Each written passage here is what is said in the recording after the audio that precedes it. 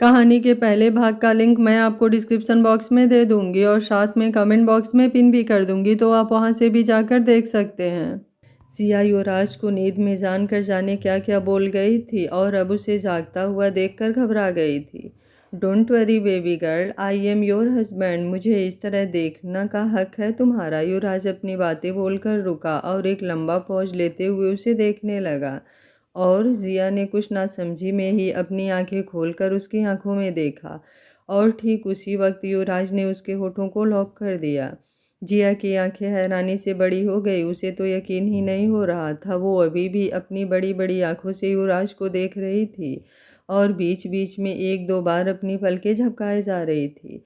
कुछ पल बाद जिया के सांस लेने में होती दिक्कत को देखकर युवराज ने उसे छोड़ा और उसके सर से अपना सर जोड़ दिया। Are you okay? Yuvraj Jiya को देखते हुए बोला, जो अभी भी अपनी आंखें बंद किए तेज तेज सांसें ले रही थी। आप जाइए ना यहाँ से। जिया ने अपने दोनों हाथों से अपने चेहरे को ढक लिया। उसे बहुत अजीब लग रहा था। उसकी हिम्मत ही नहीं हो रही थी आंखें खोलकर युवराज को देखने की या उससे नजरें मिलाने की। Okay, you just wake up. आज तुम्हारे कॉलेज का फर्स्ट डे है, so don't be late, just wake up and get ready fast. Yuvraj ने बिना उसे परेशान किए उसके माथे पर किस किया और उठ गया। उसके उठते ही जिया ने ब्लैंकेट को अपने चेहरे तक खींच लिया और उसमें सिमट कर सो गई। उसकी धड़कनें बुलेट ट्रेन की स्पीड से भी फास्ट धड़क रही थी। उसके होठों पर युवराज के लबों का मीठा एहसास और तेज चलती उसकी सांसें उसे बेचैन कर रही थी। उसे समझ नहीं आ रहा था उसके साथ हो क्या रहा है। ये एहसास उसके लिए बिल्कुल नया था, जो उसे अच्छा भी लग रहा था और बेचैन भी कर रहा था। बेबी गर्ल, युवराज ने उसके चेहरे से ब्लैंकेट हटाया और उसे उठाकर अपनी गोद में बैठा लिया। देखो मेरी तरफ, क्या हुआ, अच्छा नहीं लगा? युवराज उसका चेहरा ऊपर उठाते हुए बोला। आई डोंट नो, बहुत अजीब लगा, अच्छा भी लगा और अच्छा भी नहीं लगा। जिया उसकी आंखों में देखते हुए मासूमियत से बोली। तो ये तुम्हारा फर्स्ट की? मम्मा मुझे नहाना है, कॉलेज के लिए लेट हो जाऊंगी। जिया वॉशरूम में भाग गई और उसके पीछे से युवराज के होठों पर एक प्यारी सी स्माइल आ गई। माई इनोसेंट बेबी गर्ल। वो भी अपने रूम में चला गया। कॉलेज में जिया अपनी नज़रें इधर उधर दौड़ाते हुए आगे बढ़ रही थी। आज उसका कॉलेज का पहला दिन था और वो पूरे कॉलेज को अच्छे से देख रही थी। हे गुड़िया! अचानक उसके कानों में किसी की आवाज़ पड़ी और वो पीछे मुड़ी। भैया! उसके होठों पर बड़ी वाली स्माइल आ गई और वो दौड़ते हुए उसके पास चली गई।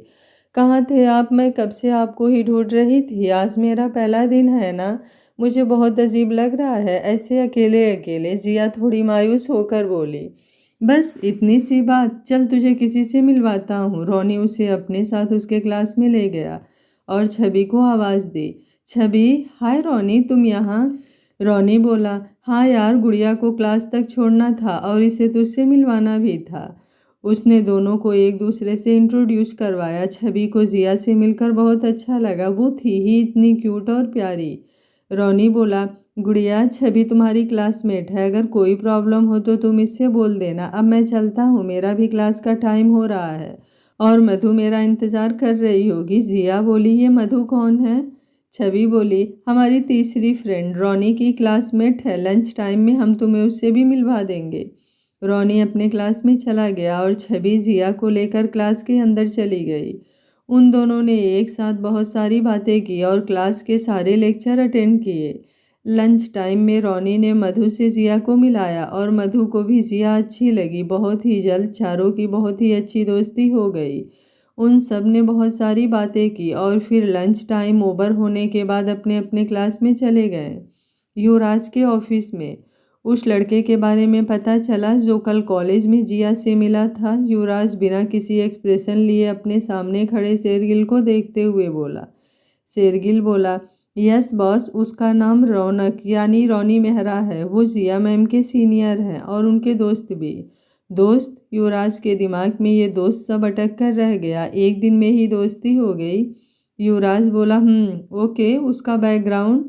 शेरगिल बोला, क्लीन चिट बॉस, अच्छा लड़का है। I don't think Jiya ma'am को उनके साथ कोई प्रॉब्लम होगी और मैंने उनकी सिक्योरिटी का भी इंतज़ाम कर दिया है। सिटी के साथ हमारी डील कितने बजे की है? अब उन दोनों की बातें जिया से हटकर बिजनेस की रुख ले लिया। शेरगिल बोला, बस आधे घंटे में। ओके चलो अभी निकलते हैं। युवराज जाने के लिए उठा पर शेरगिल ने उसे रोक लिया।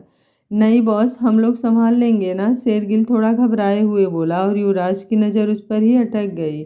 एनी प्रॉब्लम, युवराज उसे घूरते हुए बोला। शेरगिल बोला, बास वो सेट्टी हमारे साथ डील नहीं करना चाहता। मैंने पता किया, मुझे लग रहा है ये सब उसकी एक चाल है आपको मारने की। आप वहाँ ना जाएं तो ही बेहतर होगा। शेर को मारना इतना आसान नहीं शेरगिल, और युवराज आहूजा बिल में छिपने वालों में से नहीं है। चलो, युवराज टेढ़ी मुस्कुराहट लिए बोला और अपना ब्लेजर का बटन लगाते हुए ऑफिस से बाहर निकल गया। आहूजा मेंशन। बड्डी दादी, जिया कॉलेज से वापस आई और जया जी को आवाज़ देते हुए घर के अंदर आने लगी। हाँ बेटा बोल, यही हूँ, इतना चिल्ला क्यों रही है। जया जी अपने कमरे से बाहर आई और जिया जाकर उनके गले लग गई।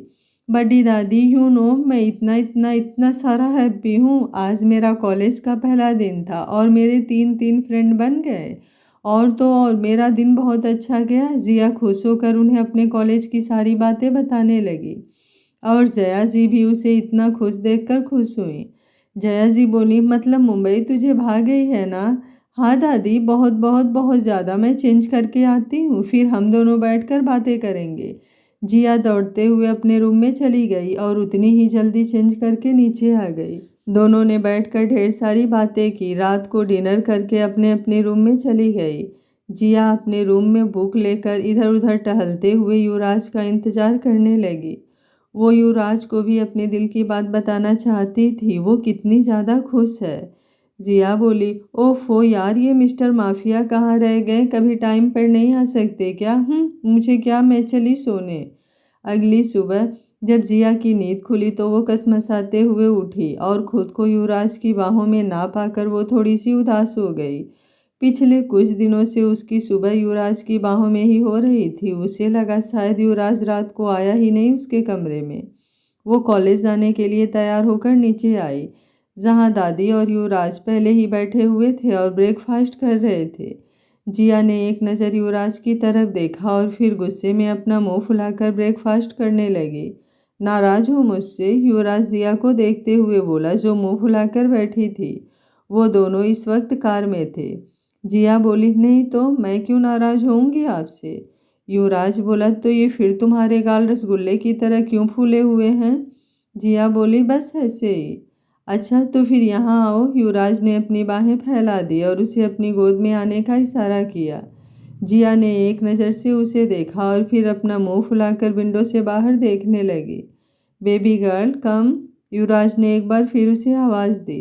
पहली बात, मैं छोटी बच्ची नहीं हूँ जो आपकी गोद में बैठूं, और दूसरी बात, आप ये बेबी गर्ल क्यों बोलते रहते हो। I am 19+, so don't call me baby girl. Jiya ने हल्का नाराज़गी से कहा। ओह, तो तुम 19+ हो, लेकिन क्या तुम्हें पता है मैं कितने का हूँ। युवराज ने उसका हाथ पकड़कर ज़बरदस्ती खींचकर अपनी गोद में बैठा लिया।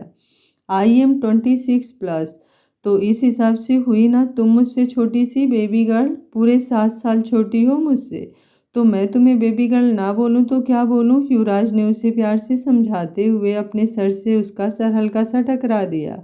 आउच, जिया ने अपना सिर सहलाते हुए अजीब सा मुंह बनाया और उसे देखते हुए बोली, तो किसने कहा था आपको मुझसे 7 साल पहले आने के लिए। युवराज उसकी नादानी भरी बातों को सुनकर मुस्कुराने लगा और बोला, तुम्हें किसने कहा था मुझसे 7 साल लेट आने के लिए। युवराज ने उसके निचले होठ को हल्का सा बाइट कर लिया। आह मिस्टर माफिया, इट्स हर्टिंग ना, प्लीज डोंट डू दिस। जिया थोड़ा हकलाते हुए बोली, उसकी नज़रें नीचे झुकी हुई थी। युवराज की नौटी हरकतें जिया की नज़रें झुकाने के लिए काफ़ी थी। उसके गोरे गालों पर हल्की लाली छा गई। युवराज मुस्कुराते हुए बस उसे देखता ही रह गया। उसके गुलाबी पड़ चुके चेहरे और उसकी झुके पलकें युवराज को अपनी तरफ अट्रैक्ट कर रही थी। उसने एक गहरी सांस ली और अपने आंखें बंद करके अपना सर पीछे सीट पर टिका दिया। जिया को कुछ समझ नहीं आया उसकी हरकतें। वो बस उसे एकटक देख रही थी और उसके चेहरे को नोटिस कर रही थी। क्या हुआ mister mafia, are you okay. Jiya ने उसके गालों पर अपनी उंगलियां फिराते हुए कहा। You are making me crazy baby girl, Yuvraj ने अपनी नसीली आवाज़ में कहा और उसे सुनकर जिया का दिल धक से रह गया। उसने जल्दी से अपना हाथ पीछे खींच लिया और अपनी सीट पर बैठकर बाहर देखने लगी। माना वो छोटी थी पर इतनी भी नहीं कि उसकी बातों का मतलब ना समझ पाए। युवराज की आंखों में छाया नशा और उसकी बातों का दोहरा मतलब वो अच्छे से समझ चुकी थी। युवराज ने एक बार उसकी तरफ देखा और मुस्कुराते हुए अपना ध्यान डाइवर्ट करने के लिए लैपटॉप उठाकर ऑफिस का काम करने लगा। कुछ ही देर में उसकी कार कॉलेज के बाहर रुकी। जिया बिना उसकी तरफ देखे जल्दी से कार से निकलकर कॉलेज के अंदर चली गई। उसके जाते ही युवराज की कार ऑफिस की तरफ निकल गई। यार ये मिस्टर माफिया भी ना, इनका तो कुछ समझ भी नहीं आता। मैं उन्हें पागल कर रही हूँ। ये क्या बात हुई, ऐसे कौन बोलता है? और एक तो बात बात पर किस कर लेते हैं मुझे, पर मुझे तो बुरा लगता ही नहीं है और अच्छा भी तो नहीं लगता। ये मुझे लगता कैसा है? और ये अपने दिल पर हाथ रखकर, मेरा पागल दिल उनके करीब आते ही इतना जोर से धड़कता है जैसे पूरी दुनिया को शोर करके बताना चाहता हो, देखो मिस्टर माफिया मुझे किस कर रहे हैं। ओफो, क्या करूं मैं, मुझे कुछ समझ ही नहीं आ रहा। ये मुझे पागल बना रहे हैं और मुझे बोल रहे हैं कि मैं उन्हें पागल कर रही हूँ। झूठे कहेंगे। वो नॉन स्टॉप बड़बड़ाते हुए अपनी क्लास की तरफ बढ़ रही थी, तभी सामने से आते किसी शख्स से अचानक से टकरा गई और उसके गिरने से पहले ही किसी ने उसे अपनी बाहों में थाम लिया। उसने सामने देखा तो एक लड़का अजीब नज़रों से उसे देख रहा था। उसे उसकी नज़र बहुत अजीब लगी। उसने जल्दी से उसे पीछे की तरफ धक्का दिया और सीधा खड़ा हो गई। अंधे हो क्या? आंखें हैं या बटन, देख कर नहीं चल सकते हो? जिया ने गुस्से में उससे कहा, जो अजीब नज़रों से उसे घूर रहा था। हमारी तो आंखें ही हैं मैडम, शायद आपके बटन हैं, तभी तो जानबूझकर मुझसे टकरा गई, उस लड़के ने अजीब तरीके से हंसते हुए कहा। और जिया को बहुत ज़्यादा घबराहट होने लगी। वो बिना कुछ बोले आगे बढ़ी, पर पीछे से उस लड़के ने उसका हाथ पकड़ लिया। अरे मैडम सुनिए तो सही, ज़रा टेस्ट कर लीजिए हमारी आंखों को। उस लड़के ने जिया की कलाई को जोर से पकड़ लिया था और जिया कसमसाते हुए उससे छोड़ने की कोशिश कर रही थी। वो कुछ बोलती तभी किसी ने उस लड़के के मुंह पर एक जोरदार पंच चढ़ दिया, जिससे उसकी पकड़ जिया की कलाई पर ढीली हो गई। आ कमीने, मैं चेक करता हूँ तेरी आंखों को और साथ साथ तेरी हड्डियों को भी। सामने रोनी अपनी आंखों में गुस्सा भरकर दांत पीसते हुए बोला। भैया, जिया ने रोनी को देखा तो जाकर उसके गले लग गई। वो बहुत ज़्यादा डर गई थी। उसके आंखों से आंसू बहने लगे थे। उसे लड़ाई झगड़ा बिल्कुल भी पसंद नहीं था और अभी अभी उस लड़के की बदतमीजी करने की वजह से वो डर भी गई थी। रिलैक्स गुड़िया, कुछ नहीं हुआ, तुम ठीक हो ना? रोनी ने प्यार से उसके आंसू साफ करते हुए पूछा। जिया ने हाँ में सिर हिला दिया। तुम क्लास में जाओ गुड़िया, तुम्हारे क्लास का टाइम हो रहा होगा। रोनी ने उसके सर पर हाथ रखकर उसे क्लास में भेज दिया। जिया कभी उस लड़के को देखती तो कभी रोनी को। वो दोनों को देखते हुए जल्दी से अपनी क्लास में भाग गई। वो ये लड़ाई झगड़ा नहीं देखना चाहती थी। वो ये सब देखकर अक्सर डर जाया करती थी। चल बेटा, मैं करता हूँ तेरी आंखों का इलाज। रोनी के कुछ बोलने से पहले ही एक कड़क आवाज़ वहाँ पर गूंजी और किसी ने पीछे से उस लड़के के गर्दन की हड्डी को मरोड़ दिया। वो लड़का दर्द से कराहते हुए अपना गर्दन उसके पकड़ से छुड़ाने की कोशिश करने लगा। रोनी ने उसके पीछे देखा तो 3-4 हट्ठे कट्ठे बॉडीगार्ड खड़े थे और उन सब के सामने शेर गिल उस बदतमीज लड़के का गर्दन पकड़कर खड़ा था। आजा बेटा, बहुत शौक है ना लड़कियों से टकराने की, आज मैं तेरे सारे शौक एक साथ पूरा करता हूँ। शेर गिल उसका गर्दन पकड़कर घसीटते हुए कॉलेज से बाहर ले जाने लगा। क्लास का टाइम था, जिस वजह से कैंपस में ज़्यादा बच्चे या टीचर्स मौजूद नहीं थे, इसलिए उसे ज़्यादा लोगों ने नहीं देखा। पर रोनी अभी भी हैरानी से ये नज़ारा देख रहा था। उसे तो यकीन ही नहीं हुआ ये अभी अभी हुआ क्या है और आखिर ये कौन लोग थे जो उस लड़के को ऐसे घसीट कर ले गए। भैया, जिया की आवाज़ उसके कानों में पड़ी तो उसने अपने पीछे मुड़कर देखा, जहाँ जिया और छवि खड़े थे। दोनों दौड़ते हुए उसके पास आए और एक साथ उसके गले लग गए। भैया, आप ठीक तो हो ना? उन लोगों से ज़्यादा लड़ाई तो नहीं किया आपने? जिया परेशान होते हुए बोली। क्लास में जाने के बाद उसे ऐसे परेशान देखकर छवि ने उससे पूछा तो जिया ने बाहर जो कुछ भी हुआ उसे सब कुछ बता दिया और वो दोनों दौड़ते हुए क्लास से बाहर आ गए। छवि बोले, हाँ रोनी, तू ठीक तो है ना? रोनी बोला, हाँ यार मैं ठीक हूँ, तुम दोनों ऐसे परेशान क्यों हो रहे हो? और मैंने कौन सा लड़ाई झगड़ा किया जो तुम दोनों ऐसे परेशान हो रही हो? मतलब? छवि और जिया दोनों ने एक साथ हैरानी से कहा। रोनी बोला, मतलब ये मैं उस कमीने की धुलाई करता उससे पहले ही कोई 3-4 बॉडीगार्ड आकर उसे घसीटते हुए लेकर चले गए। पता नहीं कौन थे। जिया धीरे से बुदबुदाई, बॉडीगार्ड? उसे समझते देर नहीं लगी। आखिर रोनी कौन से बॉडीगार्ड की बात कर रहा है? आफ्टर ऑल युवराज के अलावा और कौन उसकी सेफ्टी का इतना ध्यान रख सकता था? जिया बोली, थैंक गॉड। अच्छा चलो छोड़ो ये सब, चलो सबके क्लास का टाइम हो रहा है। भाई आप अपने क्लास में जाओ और छवि चलो हमारे क्लास का भी टाइम हो रहा है।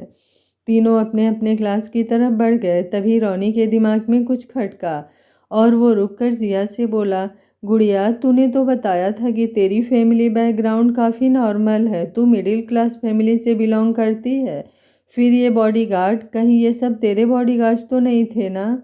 जिया थोड़ा हकलाते हुए बोली, न न नहीं नहीं तो भैया, मैंने तो पहले ही कहा था ना मेरी फैमिली बैकग्राउंड नॉर्मल है।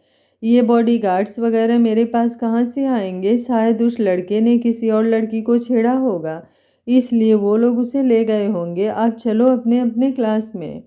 कॉलेज खत्म होने के बाद जिया घर के लिए निकल गई, पर पूरे रास्ते उसके दिमाग में बस उन बॉडीगार्ड्स के ख्याल चल रहे थे। उसे समझ नहीं आ रहा था युवराज ने उसके पीछे बॉडीगार्ड क्यों लगा रखे हैं। घर जाकर सबसे पहले वो युवराज से इसी बारे में बात करने वाली थी। घर पहुंचने के बाद वो आज हमेशा की तरह खुश नहीं लग रही थी, थोड़ी मायूस थी। आज वो बिना जया जी से बात किए अपने कमरे में चली गई और चेंज करके नीचे भी नहीं आई। उसे बस युवराज से बात करनी थी और वो अच्छे से जानती थी युवराज इतनी जल्दी ऑफिस से घर नहीं आता, इसलिए अपने कमरे में बैठकर उसका इंतज़ार करने लगी। रात के 9 बजे के करीब एक मेड ने उसके कमरे के डोर को नॉक किया। मेड बोली, मैम बड़ी मालकिन नीचे आपको डिनर के लिए बुला रही हैं। तुम्हारे युवराज सर ऑफिस से वापस आ गए? जिया ने मेड के बातों को नज़रअंदाज करके अपना सवाल पूछ लिया। मेड बोली, नहीं मैम अभी तक नहीं आए हैं। जिया बोली, ओके चलो। वो नीचे आ गई और बड़ी दादी के साथ डिनर करने लगी। क्या हुआ जिया, तुम्हारी तबीयत सही नहीं है क्या? आज इतनी उदास क्यों हो? बड़ी दादी ने उसके उदास चेहरे को देखते हुए पूछा। जिया बोली, मैं ठीक हूँ बड़ी दादी, काफ़ी थक चुकी हूँ ना, इसलिए ऐसा लग रहा है, वरना मैं क्यों उदास होने लगी भला? जया जी बोली, पक्का यही बात है ना, कोई प्रॉब्लम तो नहीं है? जिया बोली, नहीं बड़ी दादी कोई प्रॉब्लम नहीं है, अगर कोई प्रॉब्लम हुई तो सबसे पहले मैं आपको ही बताऊंगी ना। दोनों ने ऐसे ही बातें करते हुए अपना अपना डिनर खत्म किया और अपने अपने कमरे में चले गए। जिया को आज नींद आ ही नहीं रही थी, इसलिए वो पढ़ाई करने बैठ गई। रात के करीब 11:30 बजे जब युवराज वापस घर आया तो उसने चेंज करके डिनर किया और एज ऑलवेज सीक्रेट डोर से रिया के रूम में इंटर कर गया। पर हमेशा की तरह आज उसकी बेबी गर्ल अपने बेड पर नहीं बल्कि पढ़ाई करते हुए स्टडी टेबल पर सर रखकर सो गई थी, बिल्कुल किसी छोटे मासूम बच्चे की तरह। युवराज ने प्यार से उसके बालों में अपना हाथ फिराया और उसे अपनी गोद में उठाकर धीरे से बेड पर लिटा दिया। उसे अच्छे से ब्लैंकेट से कवर करके खुद उसके बगल में लेटकर उसे अपने बाहों में भरकर सो गया। अगली सुबह खिड़की से आती सूरज की हल्की रोशनी जिया की नींद में खलल डालने लगी। वो नींद में ही कसमसाते हुए खुद को युवराज की बाहों में छुपाने की कोशिश करने लगी। उसके इस तरह हिलने डुलने से युवराज की नींद खुल गई और ठीक उसके सामने उसकी प्यारी सी बीबी, उसकी इनोसेंट सी बेबी गर्ल का खूबसूरत सा चेहरा था, जिसे वो उसके सीने में छुपाने की नाकाम कोशिश कर रही थी। उसे ऐसा करता देख युवराज के होठों पर एक दिलकश मुस्कुराहट तैर गई। उसने धीरे से उसके चेहरे पर आए बालों को कौन के पीछे किया और हौले से उसके माथे पर अपने लबों की मोहर दे दी। वेकअप बेबी गर्ल, 6 बजने वाले हैं, युवराज ने धीरे से फुसफुसाकर उसके कान में कहा। तो बजने दीजिए ना, मुझे कौन सा जिम जाना है, आप जाओ, जिया नींद में ही अलसाई आवाज़ में कहा और युवराज के गर्दन में अपना चेहरा छुपाकर सो गई। चला तो जाऊं, पर मेरी प्यारी बीबी मुझे छोड़े तब ना, उसने फिर उसके कान में फुसफुसाते हुए धीरे से कहा और उसके कान पर हल्का सा बाइट कर लिया। आउच मिस्टर माफिया, बहुत बुरे हो आप, प्लीज़ सोने दीजिए ना, जिया ने इस बार भी नींद में कसमसाते हुए कहा और भी मजबूती से युवराज को पकड़कर सो गई। युवराज बिना आवाज़ किए कुछ देर तक उसे अपनी बाहों में भरकर लेटा रहा, पर जब उसे लगा वो इतनी आसानी से नहीं उठने वाली, इसलिए उसने धीरे से उसका हाथ अपने ऊपर से हटाने की कोशिश की, पर जिया ने दोबारा अपना हाथ उसके ऊपर रख दिया। युवराज को अब बहुत देर हो रहा था। अक्सर वो बहुत जल्दी उठ जाया करता था और अपने पर्सनल जिम में थोड़ा सा वर्कआउट करके, थोड़ा सा ऑफिस का काम, फिर फ्रेश होकर ब्रेकफास्ट करके ऑफिस के लिए निकल जाया करता था। बट आज तो उसकी बीवी पूरी तरह से उसे पकड़कर सो रही थी और उसका दिल भी नहीं कर रहा था उसे उठाने का। Sorry my sleeping beauty, but क्या करूं, लेट हो रहा है। युवराज ने अपने ऊपर से उसका हाथ उठाया और उसे नींद में ही अपने गोद में उठाकर वॉशरूम की तरफ बढ़ गया। जिया को जब एहसास हुआ वो बेड पर नई हवा में झूल रही है तो उसकी सारी नींद छूमंतर हो गई। उसने जल्दी से अपनी आंखें मलते हुए युवराज को देखा, जो होठों पर एक शैतानी मुस्कुराहट लिए और आंखों में ढेर सारा शरारत भरकर उसे वॉशरूम में ले जा रहा था। No no no mister mafia, please आप मुझे पानी में नहीं डालेंगे, प्लीज़ प्लीज़, सॉरी, अब से मैं आपको पकड़कर नहीं सोऊंगी, प्लीज़। जिया उसके गोद में ही हाथ पैर चलाते हुए उससे रिक्वेस्ट करने लगी, पर अफसोस बहुत देर हो चुकी थी। युवराज ने मुस्कुराते हुए एक बार अपनी गोद में लिए हुए क्यूट सी जिया को देखा, जो रोनी सूरत बनाकर उसे ही देख रही थी, और फिर एक नज़र नीचे बाथ टब में भरे पानी को देखा। ओके, अब इतना रिक्वेस्ट कर रही हो तो पानी में नहीं डालूंगा, बट उसने आधी बात बोली और 2 कदम आगे बढ़ गया। बट क्या मिस्टर माफी, जिया अपनी बात पूरी करती तब तक युवराज ने अपने एक हाथ को आगे बढ़ाकर शावर ऑन कर दिया और दोनों के ऊपर ठंडे ठंडे पानी की बरसात होने लगी। प्लीज़ बंद कीजिए इसे, प्लीज़ प्लीज़, मुझे ठंड लग रही है। जिया उसकी बाहों में और भी ज़्यादा उसके करीब आ गई और ज़ोर ज़ोर से चिल्लाते हुए उसे शावर बंद करने का रिक्वेस्ट करने लगी। पर अफसोस, हमारे मिस्टर माफिया बाबू पर उसके बातों का कोई असर ही नहीं हो रहा था। वो तो फुल ऑन उसकी हालत को देखकर मज़े कर रहा था। Please mister mafia, I swear, आज के बाद मैं कभी भी आपको पकड़कर नहीं सोऊंगी, बट प्लीज़ इसे ऑफ कर दो ना, प्लीज़ प्लीज़। जिया ने उसके गर्दन में अपना चेहरा छुपाया हुआ था और अपने दोनों हाथों को उसके गर्दन में लपेट कर बार बार उसे रिक्वेस्ट कर रही थी। ओके ओके, ऑफ कर दूंगा, पर मेरी एक शर्त है, अगर मान जाओ तो फिर मुझे कोई प्रॉब्लम नहीं है बंद करने में। युवराज ने थोड़ा सीरियस होकर कहा और जिया ने जल्दी से हाँ में अपना सर हिला दिया।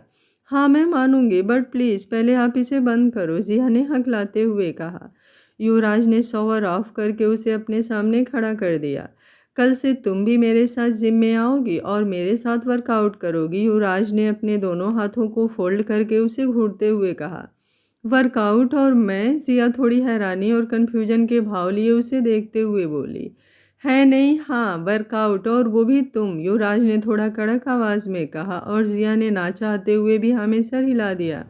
कुछ देर तक युवराज बिना हिले वहीं खड़ा रहा, जिया को एकटक देखने लगा और जिया उसके बाहर जाने का वेट कर रही थी, पर बेचारी बोल भी नहीं पा रही थी। मम्मा, मिस्टर माफिया, ऐसे क्या देख रहे हो आप ना निकलो यहाँ से, जिया ने थोड़ा हकलाते हुए कहा। उसे बहुत ज़्यादा शर्म आ रही थी, लेकिन युवराज तो अपनी आंखों में शरारत भर के बेशर्मों की तरह मुस्कुराते हुए उसे ही देख रहा था। जिया की बात जैसे ही खत्म हुई, युवराज ने उसके कमर पर हाथ रखकर अपने करीब खींच लिया और उसके चेहरे के करीब झुकते हुए धीरे से उसके कान में कहा, baby you looking so hot, I can't control myself. Yuvraj की ऐसी बातें सुनकर जिया का कान गर्म हो गया। उसे और भी ज़्यादा शर्म महसूस होने लगी। शर्म और झिझक से उसका पूरा चेहरा लाल हो चुका था और धड़कने, उसका हाल तो पूछो ही मत, ऐसे धड़क रहा था मानो बुलेट ट्रेन को भी पीछे छोड़ने का इरादा हो। उसने अपनी बुलेट ट्रेन की स्पीड से धड़कती हुई धड़कनों को काबू करते हुए युवराज के सीने पर हाथ रखकर पीछे की ओर धक्का दिया और थोड़ा गुस्से में बोले, बहुत बड़े वाले बेशर्म हो आप, ऐसी बातें कौन करता है, जाओ यहाँ से। अब अपनी बीवी से क्या शर्माना, चलो आज हम दोनों साथ में शावर लेंगे। युवराज की बात सुनकर जिया घबरा गई। मम्मी, मिस्टर माफिया, आप ये क्या कर रहे हैं, प्लीज़ प्लीज़ बाहर जाइए ना, क्यों मुझे परेशान कर रहे हैं। जिया ने अपने हाथ से अपने दोनों आंखों को ढक लिया और हकलाते हुए जल्दी जल्दी बोलने लगी। उसकी हालत देखकर युवराज को बहुत ज़्यादा हंसी आ रही थी, पर वो अपनी हंसी को कंट्रोल करके बिल्कुल सीरियस टोन में बोला, तुम्हें किसने कहा मैं तुम्हें परेशान कर रहा हूँ, मैं तो सच में आज अपनी बीबी के साथ शावर लेने वाला हूँ। मिस्टर माफिया प्लीज़, जिया ने रुआंसी आवाज़ में कहा और उसे सुनकर युवराज का दिल थक से रह गया। उसने जल्दी से उसकी आंखों से उसका हाथ हटाया तो पाया उसकी आंखें नम थी। शायद उसके इस तरह परेशान करने से वो सचमुच डर गई। युवराज ने जल्दी से उसके चेहरे को अपने हाथों में थामकर प्यार से समझाते हुए कहा, हे बेबी गर्ल, जस्ट रिलैक्स यार, मैं बस मस्ती कर रहा था। तुम्हें लगता है मैं बिना तुम्हारी परमिशन के ऐसा कुछ भी करूँगा? जिया ने ना में अपना सर हिला दिया क्योंकि वो भी जानती थी अगर युवराज को ऐसा कुछ भी करना होता तो वो बहुत पहले ही कर चुका होता। उसे यहाँ आए हुए काफ़ी दिन हो चुके थे और वो जब से यहाँ आई थी तब से युवराज हर रोज़ रात को उसके साथ ही सोता था, पर फिर भी आज तक उसने उसके साथ कुछ भी गलत नहीं किया था। आप बाहर जाओ ना प्लीज़, मुझे ठंड लग रही है, जिया ने धीरे से कहा। सच में काफ़ी देर से वो ऐसे ही भीगी खड़ी थी, उसे अब हल्की हल्की ठंड भी लग रही थी। इतनी आसानी से नहीं जान, अब तुमने मुझ पर शक किया है तो इसका हर्जाना भुगतना पड़ेगा। आफ्टर ऑल युवराज आहूजा खुद पर शक करने वाले लोगों को इतनी आसानी से नहीं छोड़ता। युवराज उसकी तरफ झुकते हुए बोला और जिया ने जल्दी से अपनी आंखें बंद कर लिया। युवराज बिल्कुल उसके चेहरे के करीब झुककर रुक गया और उसकी बंद आंखों को देखने लगा। थोड़ी देर तक युवराज के एहसास को ना पाकर जिया ने धीरे से अपनी आंखें खोला तो पाया युवराज उसके चेहरे के बिल्कुल करीब है। वो मासूमियत से अपनी पलकें बार बार झपकाते हुए युवराज को सवालिया नज़रों से देखने लगी। किस मी बेबी गर्ल, आज तक हर बार मैंने अपनी मर्जी से तुम्हारी तरफ कदम बढ़ाया है, आज पहली बार मेरा दिल चाह रहा है तुम अपनी मर्जी से कदम बढ़ाओ। युवराज उसकी आंखों में देखते हुए मदहोशी भरी आवाज़ में बोला। जिया ने एक पल उसकी नसीली आंखों में देखा जहां उसके लिए प्यार ही प्यार था और ना जाने उसके दिल में कैसी हलचल हुई, और अगले ही पल अपनी आंखें बंद करके उसके लबों को चूम लिया। थोड़ी देर बाद जिया ने बिना एक पल देर किए जल्दी से अपना चेहरा दूसरी तरफ घुमाकर अपने सीने पर हाथ रखकर तेज तेज सांसें लेने लगी और खुद को नॉर्मल करने लगी। युवराज भी अपने होठों पर मुस्कुराहट लिए बस पीछे से उसे देख रहा था। कुछ पल वो उसे ऐसे ही देखता रहा और बिना कुछ बोले वॉशरूम से बाहर चला गया। थोड़ी देर बाद जब जिया नॉर्मल हुई तो जाकर मिरर के सामने खड़ी हो गई और खुद को गौर से देखने लगी। भीगने की वजह से वो हल्का हल्का काँप रही थी और पूरे चेहरे पर गुलाबी रंगत छाई हुई थी। उसने अपने होठों पर उंगलियां फिराया और खुद से ही कहा, ये मुझे अभी अभी क्या हुआ था, ऐसे कैसे मैंने मिस्टर माफिया को किस कर दिया। ओफो यार जिया, तू ना बिल्कुल पागल हो गई है। क्या सोच रहे होंगे वो तेरे बारे में कि तू कितनी बड़ी वाली बेशर्म है। फिर खुद को मिरर में घूरते हुए, नहीं नहीं नहीं, वो मेरे बारे में ऐसा कुछ गलत क्यों सोचेंगे, उन्होंने ही तो बोला था मुझे। फिर रोनी सी सूरत बनाकर, और मैं पागल, मैंने भी तो बिना कुछ सोचे समझे किस कर दिया। यार ये सब क्या हो रहा है, और ये मेरा बदतमीज़ दिल अपने सीने पर हाथ रखकर मुझसे गद्दारी करे जा रहा है। इसे मुझसे ज़्यादा मिस्टर माफिया रास आ रहे हैं, तभी तो उनके करीब आते ही मेढक की तरफ उदक रहा है। आवारा कहीं का। खुद को और अपने दिल को कोसते हुए उसने नहाया, कपड़े चेंज किए और कॉलेज जाने के लिए तैयार हुई, पर मैडम का बकबक इस बीच एक सेकंड के लिए भी बंद नहीं हुआ। बाई गॉड, इतना तो रेडियो भी नहीं बोलता होगा। वो जैसे ही नीचे आई तो उसे डाइनिंग टेबल पर सिर्फ बड़ी दादी ही दिखी और आसपास शेफ और कुछ सर्वेंट खड़े थे। गुड मॉर्निंग बड़ी दादी, जिया ने जया जी को ग्रीट किया और अपनी चेयर खींचकर बैठकर ब्रेकफास्ट करने लगी। थोड़ी देर तक जब युवराज वहाँ नहीं आया तो उसने बड़ी दादी से ही पूछ लिया, बड़ी दादी वो मिस्टर वो आपके हैंडसम खड़ूस अक्खड़ पोता कहाँ है। आज मुझे कॉलेज ड्रॉप करने का इरादा नहीं है क्या? कॉलेज ड्रॉप करना तो बहाना था, असल में उसे कल उसने उस लड़की के साथ क्या किया उसके बारे में पूछना था और उन बॉडीगार्ड्स के बारे में भी बात करनी थी। जया जी तो उसके मुंह से अपने पोते के लिए इतने प्यारे प्यारे नाम सुनकर हैरान रह गई। उनका ब्रेकफास्ट उनके गले में ही अटक गया था। बेचारी कुछ बोलने की हालत में थी ही नहीं, क्योंकि जहाँ तक वो जानती थी कोई भी उनके पोते के सामने ऊंची आवाज़ में भी बात करे वो उसे हॉस्पिटल का दर्शन करा देता है। और जिया ने तो यहाँ उसे इतने प्यारे प्यारे क्यूट क्यूट नाम दिए थे। अगर वो ये सब सुन लेता तो पता नहीं जिया का क्या हाल करता, पर उन्हें कहाँ पता था उनका पोता तो पहले ही जिया मैडम से शादी कर चुका है। जब काफ़ी देर तक जया जी ने कुछ नहीं कहा तो जिया ने उन्हें देखते हुए वापस पूछा, क्या हुआ बड़ी दादी, आप इतने शॉक्ड क्यों हो? मैंने कुछ गलत कहा क्या? अब आपका पोता है ही इतना खड़ूस तो मैं क्या ही करूं? उसने इतने मासूमियत से अपनी बड़ी बड़ी आंखों को और बड़ा करते हुए कहा कि बड़ी दादी को भी हंसी आ गई और उन्होंने हंसते हुए जवाब दिया, बेटा वो ऑफिस के लिए निकल चुका है, कुछ ज़रूरी काम था, बिना ब्रेकफास्ट किए चला गया। और तू ना उसे इतने प्यारे प्यारे नामों से उसके मुंह पर मत बुलाना, वरना पता नहीं तेरे साथ क्या करेगा।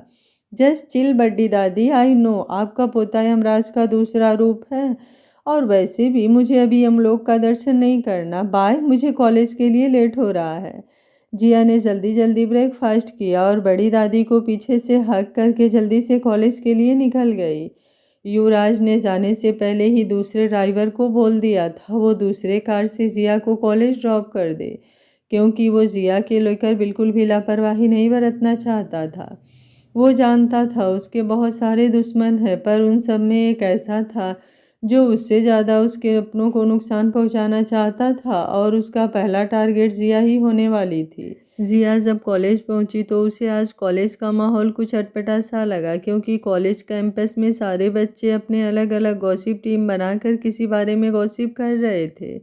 उसे उन लोगों की बातें सुनाई नहीं दे रही थी, बट इतना तो समझ गई थी कुछ तो बात ज़रूर है। वो उन सब को इग्नोर करते हुए अपनी टीम को ढूंढने लगी, यानी छवि, मधु और रॉनी को। कुछ देर इधर उधर देखने के बाद मधु उसे गार्डन से उसकी तरफ आती हुई दिखी। हे मधु, जिया ने अपना हाथ ऊपर करके हिलाते हुए उसे आवाज़ दी और मधु मुस्कुराते हुए उसकी तरफ आ गई। और बता, क्या हाल है तेरे? मधु ने उसके कंधे पर अपना हाथ टिकाते हुए पूछा।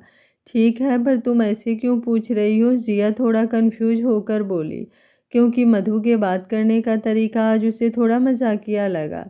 कुछ नहीं, तेरे भैया वहाँ इश्क लड़ा रहे हैं तो सोचा तुम्हारे ही हाल पूछ लूँ। अगर उन दोनों के इश्क वाले कबाब में मैं हड्डी बनकर टपकी ना, तो दोनों लैला मजनू मिलकर मेरी ही धुलाई कर देंगे। उसने गार्डन की तरफ इशारा करते हुए कहा, जहाँ रॉनी और छवि बैठे बातें कर रहे थे, और उसके पीछे जिया की नज़रें भी उन दोनों पर पड़ी और वो दोनों को साथ देखकर मुस्कुराने लगी। अच्छे लगते हैं दोनों साथ में, दोनों ने मुस्कुराते हुए एक के साथ कहा। फिर एक दूसरे को देखकर हंसने लगी। वो दोनों तो ठीक लगते हैं, बट तुम्हारा क्या? तुम्हारे लाइफ में कोई मजनू है या नहीं? जिया ने मधु के चेहरे को टटोलते हुए मजाकिया अंदाज में पूछा, और मधु के चेहरे पर हल्की गुलाबीपन छा गया। ओए होए, लड़की तो शर्माती भी हुए, मतलब तुम्हारे लाइफ में भी कोई मजनू टपक पड़ा है? जिया उसके दोनों गाल खींचकर चिढ़ाते हुए बोली। धत्तरी की, तू भी ना, चल छोड़ मेरी बातें, तू बता तेरा कोई बॉयफ्रेंड है या नहीं? मधु ने अपना पलड़ा उस पर भारी किया, जिस पर जिया सकपका गई। नहीं तो मेरा बॉयफ्रेंड कहाँ से आएगा? मैं तो खुद ही अभी बच्ची हूँ, और वैसे भी मुझे तो पता ही नहीं प्यार होता है तो फील कैसे होता है। जब समझ आ जाएगा तब बना लूँगी किसी को बॉयफ्रेंड, जिया ने जवाब दिया। क्या सच्ची तुझे समझ नहीं आता ये सब? Are you serious? मधु ने थोड़ा हैरान होते हुए कहा। हाँ यार, सच्ची, कभी इन सब बातों पर ध्यान दिया ही नहीं। वैसे एक बात बता, जब हमें किसी से प्यार होता है तो कैसा फील होता है? मतलब कोई सिम्टम्स तो होते ही होंगे ना? वो थोड़ा हिचकिचाते हुए बोली, क्योंकि वो खुद जानती थी उसका सवाल कितना अटपटा है, बट फिर भी कन्फर्म तो करना ही था। मधु ने कुछ पल उसे घूर कर देखा, फिर उसका हाथ पकड़कर साइड में बैठ गई और शुरू कर दिया अपना लव लेक्चर। सुन, कोई ऐसा शख्स जो अचानक हमारी लाइफ में आ जाए और वो हमारी ज़िंदगी में बहुत ज़्यादा इम्पोर्टेंट बन जाए, या हमारी पूरी ज़िंदगी बन जाए, जिसके हमारे आसपास आते ही हमसे पहले हमारे दिल को एहसास हो जाए, जिसकी हर एक छोटी से छोटी, बड़ी से बड़ी बात हमें इफ़ेक्ट करे, खुद से पहले हम उसकी खुशियों के बारे में सोचें और उसकी बाहों में खुद को सिक्योर और सेफ फील करें। मधु ऐसे ही एक एक करके समझा रही थी, और जिया बड़े ही गौर से सभी बातों को सुन रही थी। और इस बीच उसके सामने बस एक ही शख्स का चेहरा घूम रहा था, युवराज का। इन शॉर्ट, उस शख्स के हमारे आसपास होते ही हमारी धड़कनें बढ़ने लगे, और जब वो हमारे करीब आए तो हमें बुरा भी ना लगे, राइट? जिया ने अचानक युवराज के बारे में सोचकर कहा, क्योंकि युवराज के आसपास होते ही उसकी धड़कनें तेज हो जाती है और उसके करीब आने से उसे बुरा भी नहीं लगता। राइट, क्योंकि हम जिससे प्यार करते हैं उन पर भरोसा होता है, चाहे वो हमारे कितने भी करीब आ जाएं। पर कभी भी हमारे साथ गलत नहीं कर सकते, समझी बुद्धू। मधु ने उसके सर पर हल्का सा चपत लगाते हुए अपनी लव लेक्चर खत्म की और जिया ने मुस्कुराते हुए हाँ में सिर हिला दिया। समझ गई मेरी लव गुरु, थैंक यू। अब फ्यूचर में कभी ऐसे सिम्टम्स दिखे तो मैं समझ जाऊंगी कि मुझे भी प्यार हो गया है, जिया ने भी मुस्कुराते हुए कहा। फिर दिल ही दिल में खुद से बोली, कुछ सिम्टम्स तो मैच कर रहे हैं, कहीं मुझे सच में मिस्टर माफिया से प्यार। नो नो नो नो, ऐसा थोड़ी हो सकता है, बस कुछ ही सिम्टम्स तो मैच कर रहे हैं। मुझे उनकी बातों से थोड़ी ना कोई फ़र्क पड़ता है, लेकिन हाँ, वो मेरे आसपास होते हैं तो मेरी धड़कनें बढ़ जाती हैं और जब मैं उनकी बाहों में सोती हूँ तो मुझे अच्छा भी लगता है और सेफ भी फील होता है, जैसे उनके होते हुए मुझे कभी कुछ नहीं हो सकता। और उन पर भरोसा भी तो होता है, चाहे वो मेरे कितने भी करीब क्यों ना आ जाए, मेरी परमिशन के बिना कभी भी मेरे साथ कुछ गलत नहीं करेंगे। बट वो एक बुरे इंसान है, लोगों की जान लेते हैं, मैं उनसे प्यार कैसे कर सकती हूँ। ओए भाई की गुड़िया कहाँ खो गई? मधु ने उसे ख्यालों में गुम देखकर हिलाते हुए आवाज़ दिया तो वो अपने ख्यालों से बाहर आई। कहीं नहीं, बस ऐसे ही। चलिए बता, तुम्हारे मजनू का नाम क्या है? जिया ने हंसते हुए उसे चिढ़ाया। तू भी ना बिल्कुल पीछे ही पड़ गई, फिर कभी बताऊंगी, फिलहाल इतना समझ ले इस कॉलेज का नहीं है। वो दोनों ऐसे ही और भी बातें करने लगे, तभी छवि और रोनी भी उन दोनों के पास आकर बैठ गए। क्या बातें हो रही है हमारे बिना? रोनी ने उन दोनों के पास बैठते हुए कहा। नथिंग भैया, बस ऐसे ही इधर उधर की बातें कर रहे हैं। और हाँ, मुझे ये पूछना था कॉलेज में चल क्या रहा है, ये सब क्या क्या बातें कर रहे हैं? जिया ने याद करते हुए कहा, क्योंकि जब वो कॉलेज आई थी तभी उसे अजीब लगा था। अरे वो कल जिस लड़के ने तुझे छेड़ा था ना, आज वो हॉस्पिटल के आईसीयू में एडमिट है। बेचारा कोमा में है, किसी ने अच्छे से मरम्मत की है उसकी, छवि ने नॉर्मल ही कहा। बट जिया के चेहरे पर परेशानी की लकीरें उभरने लगी। वाट हॉस्पिटल, वो ठीक तो है ना? जिया ने परेशान होते हुए कहा और उसकी हालत देखकर वो तीनों हैरान रह गए। आखिर इसे क्या हुआ है? अरे गुड़िया रिलैक्स, तुम इतना ओवर रिएक्ट क्यों कर रही हो? उसने सिर्फ तुम्हारे साथ ही नहीं और भी कितनी लड़कियों के साथ बदतमीजी की थी, उसके साथ जो हुआ अच्छा ही हुआ। तुम शांत हो जाओ, रानी ने उसे पानी की बोतल देते हुए कहा, क्योंकि वो बहुत तेज तेज सांसें ले रही थी और उसके चेहरे पर पसीने की बूंदें छलक रही थी। जिया ने जल्दी से बोतल से 2-3 घूंट पानी पिया और उठकर कॉलेज से बाहर जाने लगी। हे गुड़िया, तुम्हें क्या हुआ? कहाँ जा रही हो? अभी तुम्हारे क्लास का टाइम होने वाला है। पीछे से रोनी ने उसे रोकते हुए कहा, पर जिया तो किसी और ही धुन में थी।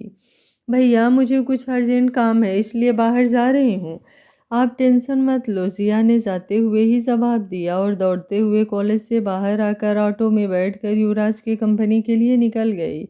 यह आपने सही नहीं किया मिस्टर माफिया, आपको ये सब नहीं करना चाहिए था। मुझे नफरत है लड़ाई झगड़े से और लड़ाई झगड़े करने वाले लोगों से। जिया की आंखों से आंसू बह रहे थे और वो खुद से बड़बड़ा रही थी। ऑटो जैसे ही युवराज की कंपनी के बाहर रुकी, जिया दंदनाती हुई अंदर चली गई। रिसेप्शनिस्ट और गार्ड ने उसे रोकने की कोशिश की, पर वो कहाँ किसी की सुनने वाली थी। आज से पहले भी वो युवराज के ऑफिस आ चुकी थी, इसलिए उसे पता था युवराज का केबिन किस फ्लोर पर है। वो सीधे उसके केबिन में गई और बिना नॉक किए दरवाज़ा खोलकर अंदर चली गई। आपने ये सब क्यों किया मिस्टर माँ? उसने अपनी आधी बात ही कही थी जब उसकी नज़र केबिन में गई, जहाँ शायद कोई मीटिंग चल रही थी और इस वक्त युवराज की सेक्रेटरी माया किसी फाइल देने के बहाने उसके बहुत ज़्यादा नज़दीक थी, या यूं कहिए पूरी तरह से उस पर झुकी हुई थी, जिसे देखकर जिया का गुस्सा और भी ज़्यादा बढ़ गया। I want talk to you right now, Jiya ने गुस्से में सबके सामने युवराज को घूरते हुए कहा। मुझे अभी के अभी आपसे बात करनी है। अगर जिया के अलावा यहाँ कोई और होता तो शायद युवराज को बहुत ज़्यादा गुस्सा आता, पर जिया को देखकर उसका सारा गुस्सा गायब हो गया और वहाँ बैठे सारे लोग जिया की हिम्मत देखकर उसके लिए प्रार्थना कर रहे थे, क्योंकि आज तक किसी ने भी युवराज से इस तरह डायरेक्टली बात नहीं की थी। आउट, युवराज ने कोल्ड वॉइस में कहा और सबकी नज़रें जिया पर टिक गई, जैसे सबको लगा युवराज ने जिया को बाहर जाने के लिए बोला था। पर शेरगिल समझ गया था, आफ्टर ऑल वो जानता था युवराज और जिया का रिश्ता। जब उसने सबको अपनी जगह पर बर्फ़ की तरह जमे हुए देखा तो उसने अपनी ज़बान खोलने की ज़हमत उठाई और सबसे कहा, आप सब बाहर चलिए। शेरगिल के इतना कहते ही सबको 440 वोल्ट का झटका लगा। एक अनजान लड़की के लिए युवराज इतनी बड़ी मीटिंग छोड़ रहा था। और तो और जिस तरह से वो लड़की बिना उसके परमिशन के उसके केबिन में एंटर कर गई थी, उसके लिए उसने उसे डांटा भी नहीं। ये सब उन सब के लिए सोचने वाली बात थी। बट फिलहाल उन लोगों ने बाहर जाना ही सही समझा और सब एक एक करके बाहर जाने लगे। माया बाहर जाने के लिए जिया के बगल से गुजरी तो उसने एक टफ लुक जिया को दिया और जिया ने भी वैसा ही लुक उसे दिया और आंखों ही आंखों में जैसे दोनों एक दूसरे को वार्निंग दे रहे थे। बहुत मेहनत की है यहाँ तक पहुँचने के लिए, तुम्हारी वजह से सब कुछ बर्बाद नहीं होने दे सकती, माया ने मन ही मन में कहा और केबिन से बाहर चली गई। आपने वो सब क्यों किया मिस्टर माफिया? सबके बाहर जाते ही जिया का गुस्सा फूट पड़ा और आंखों से हल्के आंसू छलक पड़े। क्या मतलब है तुम्हारा? क्या किया है मैंने? और तुम इस वक्त यहाँ क्या कर रही हो? ये तो तुम्हारे कॉलेज का टाइम है ना? युवराज ने घड़ी पर नज़र दौड़ाई और फिर उस पर नज़रें टिकाकर कहा, रियली मिस्टर माफिया, आपको नहीं पता आपने क्या किया? जिस लड़के ने कल मुझे छेड़ा था वो आज हॉस्पिटल में पड़ा हुआ है। कैसे? और मुझे नहीं लगता आपके अलावा कोई और ये करवा सकता है, जिया ने तंज कसते हुए गुस्से में कहा। युवराज का यूं अनजान बनना उसे बिल्कुल भी पसंद नहीं आया। हाँ मैंने ही किया, सो वाट? युवराज ने उसकी आंखों में देखते हुए सर्द आवाज़ में कहा, जैसे उसे अपने किए पर बिल्कुल भी अफसोस ना हो। मैंने ये नहीं पूछा आपने किया है या नहीं, मैंने ये पूछा आपने क्यों किया, जिया ने कहा। क्योंकि उसने तुम्हारी हाथ पकड़ने की ज़रूरत की थी। हाथ पकड़ना तो बहुत दूर की बात है, अगर किसी ने तुम्हें नजरें उठाकर भी देखा तो उसकी आंखें निकाल लेगा ये युवराज आहूजा। युवराज ने अपने एक एक बात पर जोर देते हुए बेहद खतरनाक आवाज़ में कहा, जिसे सुनकर एक पल के लिए जिया भी सहम गई। वो इस वक्त बिल्कुल यमराज का दूसरा रूप लग रहा था। ये वो युवराज नहीं था जो घर पर जिया के साथ होता था, ये तो कोई और ही था, कोई मॉन्स्टर जिसके अंदर दिल तो है मगर पत्थर का। हार्टलेस माफिया किंग युवराज आहूजा का असली रूप। आप ये ऐसा क्यों बोल रहे हैं? आपको पता है ना मुझे ये सब पसंद नहीं, मुझे डर लगता है इन सब चीज़ों से, खून खराबा ये सब चीज़ों से मैं बहुत दूर रहती हूँ। आपको जो करना है आप कीजिए, मुझे आपसे कोई लेना देना नहीं है, बट प्लीज़ मेरे आसपास से ये बॉडीगार्ड का पहरा हटा दीजिए, आई रिक्वेस्ट यू। वो थोड़ा हकलाते हुए बोली, क्योंकि इस वक्त उसे युवराज से बहुत ज़्यादा डर लग रहा था। भूल जाओ, अब तुम सिर्फ एक मामूली लड़की नहीं, मेरी बीवी हुई, युवराज आहूजा की बीवी, मिसेस जिया युवराज आहूजा। सो तुम्हारे आसपास ये बॉडीगार्ड होना ज़रूरी है। युवराज ने उसके ऊपर से अपनी नज़रें फेर ली और विंडो से बाहर देखने लगा, जहां हल्की हल्की बारिश होनी शुरू हो गई थी। पर मुझे नहीं पसंद ये सब, और आपको कोई फ़र्क नहीं पड़ना चाहिए मेरे लाइफ में क्या होता है क्या नहीं। और मैं आपकी बीवी हूँ, ना कि कोई कैदी जो इन गार्ड्स के बीच में कैद रहूँ, वो रूधे हुए गले से रुआंसी आवाज़ में बोली। और युवराज को उसकी ऐसी बात बिल्कुल भी पसंद नहीं आई। क्या कहा तुमने? मुझे तुम्हारे लाइफ में क्या होता है क्या नहीं उससे कोई फ़र्क नहीं पड़ना चाहिए? युवराज गुस्से में अपना कदम उसकी तरफ बढ़ाने लगा और जिया डरते हुए अपने कदम पीछे लेने लगी, क्योंकि इस वक्त युवराज की आंखें गुस्से में बिल्कुल लाल हो चुकी थी। जिया पहली बार युवराज का ऐसा रूप देख रही थी। इतना डर तो उसे युवराज से पहली मुलाकात में भी नहीं लगा था जितना अब लग रहा था, और पहली बार को युवराज को इस कदर गुस्सा दिला रहा था कि वो अपने आप पर से कंट्रोल खोता जा रहा था। हाँ, आपने शादी मुझसे अपने फ़ायदे के लिए किया था ना, ताकि मैं किसी को कुछ ना बताऊं। तो फिर आपको मेरी लाइफ में क्या होता है क्या नहीं उससे आपको क्या? आपने ही तो कहा था ना कि आप शादी सिर्फ इसलिए कर रहे हैं कि मैं किसी को कुछ ना बताऊं। जिया अपना कदम पीछे लेते हुए डरते हुए बोली, और युवराज उसकी बातें सुनकर शन्न रह गया। आखिर सच ही तो कहा उसने। युवराज ने कभी उसे अपने दिल की फीलिंग बताई ही नहीं थी। सीरियसली तुम्हें ऐसा लगता है मैंने अपने फ़ायदे के लिए तुमसे शादी किया? युवराज ने गुस्से में अपना एक हाथ दीवार पर जोर से दे मारा और जिया ने कसकर अपनी आंखें बंद कर लिया। जिया डरते हुए दीवार से सट चुकी थी और युवराज अपना दोनों हाथ दीवार पर रखे गुस्से में उसे घूर रहा था। इससे पहले कि मैं अपना आपा खो दूं और तुम्हें कोई नुकसान पहुंचा दूं, तुम मेरी नज़रों के सामने से दफा हो जाओ, युवराज ने गुस्से में चीखते हुए कहा और जिया ने डरकर अपने कानों पर हाथ रख लिए। गेट लॉस्ट, युवराज ने अपनी नज़रें उसके ऊपर से फेर लिया। जिया रोते हुए उसके केबिन से बाहर चली गई। उसे युवराज से ऐसे बिहेवियर की बिल्कुल भी उम्मीद नहीं थी। जिया की कही हुई एक एक बात युवराज के सीने में खंजर की तरह चुभ रही थी। उसने गुस्से में अपना हाथ कांच के टेबल पर दे मारा और टेबल के कांच के टुकड़े टुकड़े हो गए। कांच के कुछ टुकड़े उसके हाथों में धंसकर उसमें से खून रिसने लगे। बॉस, वो जिया मैम। शेरगिल जिया को रोते हुए बाहर जाते हुए देखकर युवराज से बात करने आया था, पर वहाँ का नज़ारा देखकर वो शॉक्ड रह गया। युवराज के हाथों से बहता खून और उसके चेहरे का डार्क एक्सप्रेशन देखकर उसे समझते देर नहीं लगी कि यहाँ पर क्या हुआ होगा। बॉस, आपको जिया मैम पर गुस्सा नहीं करना चाहिए था, वो रोते हुए यहाँ से अकेले निकली हैं। आप जानते हैं ना, हर पल हर वक्त उनकी जान को खतरा है। अगर आरके को भनक भी लगी कि जिया मैम आपकी वाइफ हैं तो वो उनकी जान ले लेगा। शेरगिल ने युवराज को समझाने की कोशिश की, पर युवराज अभी भी नीचे देख रहा था। मेरी जान को एक खरोच भी नहीं आनी चाहिए, युवराज ने बस इतना ही कहा और अपने केबिन से जॉइंट पर्सनल रूम में चला गया। शेरगिल भी अपने कुछ गार्ड्स को लेकर जिया को ढूंढते हुए बाहर निकल गया। दूसरी तरफ जिया रोते हुए पैदल ही सड़कों पर चली जा रही थी। अचानक ही बहुत तेज बिजली कड़की और बारिश भी तेज हो गई, पर उसे कहाँ कुछ खबर थी। उसके सामने तो बस युवराज की कही हुई हर एक बात घूम रही थी और उसका वो गुस्से से भरा डरावना चेहरा। वो अभी भी रोते हुए जा रही थी, तभी उसके पीछे से फुल स्पीड में चलती हुई एक ट्रक आई और उसे टक्कर मारकर आगे निकल गई। मासूम जिया का भोलापन और माफिया डॉन युवराज की प्यार भरी शरारतों के बीच ये स्टोरी आपको कैसी लग रही है? आप मुझे अपनी राय कमेंट बॉक्स में ज़रूर बताइएगा। आगे क्या होगा कहानी में जानने के लिए देखते रहिए कहानी का अगला भाग, पर जो भी होगा बहुत ही इंटरेस्टिंग और आपके दिल को छू लेगा। कहानी आगे बहुत ही इंटरेस्टिंग है, इसलिए कहानी के एक भी पार्ट को मिस बिल्कुल मत करिएगा। तो कहानी में बने लगिए आगे क्या होगा कहानी में जानने के लिए। Thank you for watching. मिलते हैं कहानी के अगले भाग में।